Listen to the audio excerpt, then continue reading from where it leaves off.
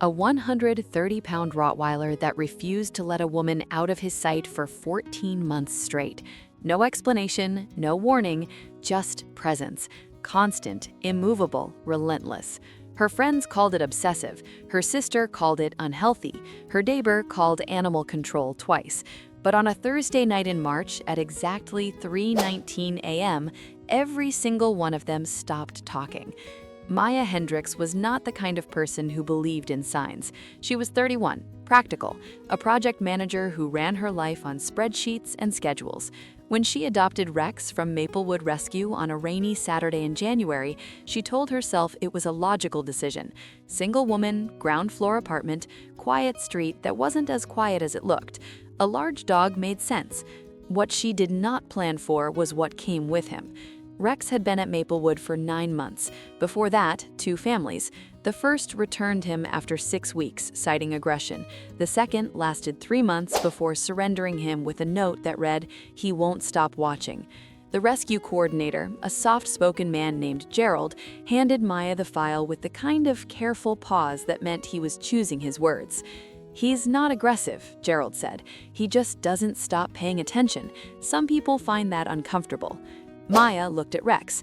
Rex looked at Maya. He didn't wag his tail. He didn't whine. He just held her gaze with those dark amber eyes, like he was assessing something she couldn't see.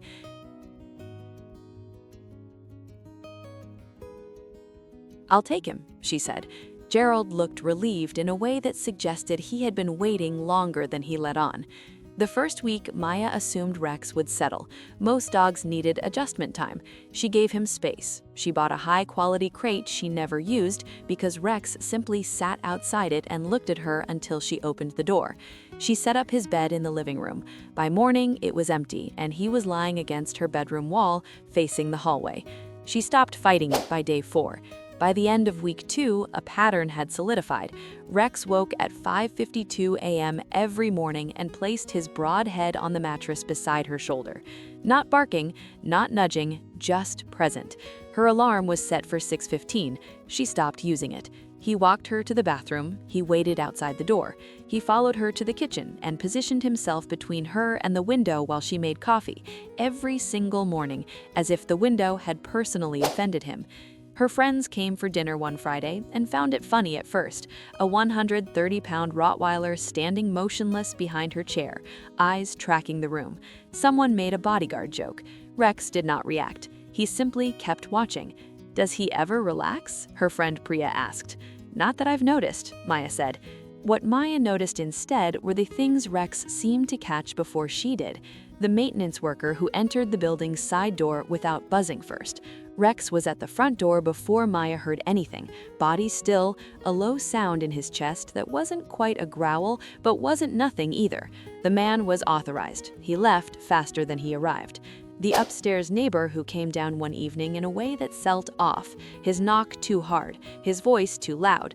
Rex moved to stand directly in front of Maya before she reached the door. She looked through the peephole. She didn't open it. He left. Small things. Things she filed away without fully examining. If you're still here and haven't subscribed yet, that honestly stings a little. Hit that button. You're gonna want to see how this ends. 3 months in, Maya started to understand that Rex was not clingy. Clingy implied need. What Rex had was different. He wasn't following her because he wanted something from her. He was following her because he had decided in some quiet and absolute way that she was his responsibility. Rottweilers rank among the most loyal working breeds ever developed. Originally bred in Germany to herd cattle and guard their handlers, they don't simply bond, they assign themselves. When a Rottweiler decides someone is theirs, that decision is not casual, it is not reversible. And Rex had made his decision the moment Maya knelt down in that rescue center and met his eyes. She just didn't know what that meant yet. The night of March 14th was unremarkable until it wasn't. Maya had gone to bed at 10:30, nothing unusual, a Thursday like any other. Rex was in his position against the wall, breathing slow, tail still. She fell asleep within minutes.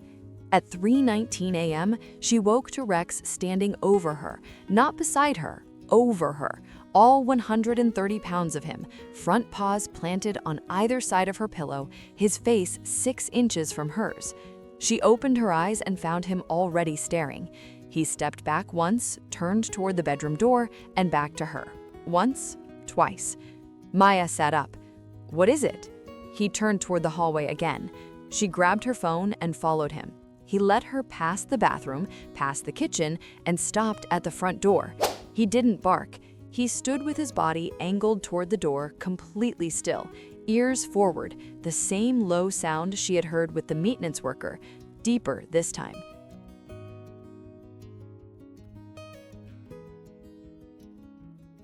Maya called 911.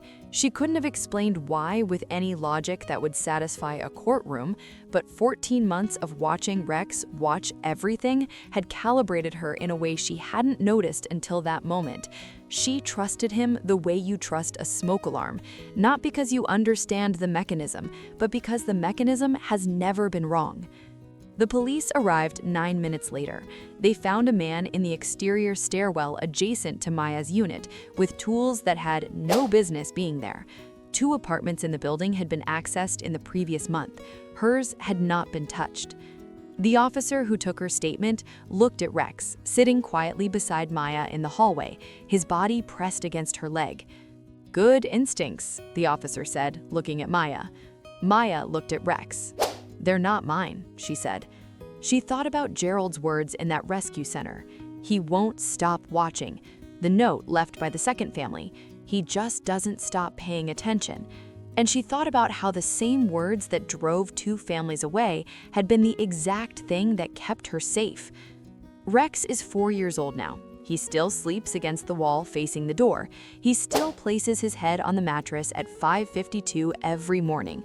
He still stands between Maya and the window while she makes coffee every single morning for reasons she has stopped questioning.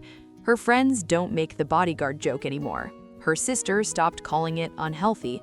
Her neighbor, the one who called animal control twice, knocked on Maya's door last December to ask if Rex could be present while her daughter walked to her car late at night.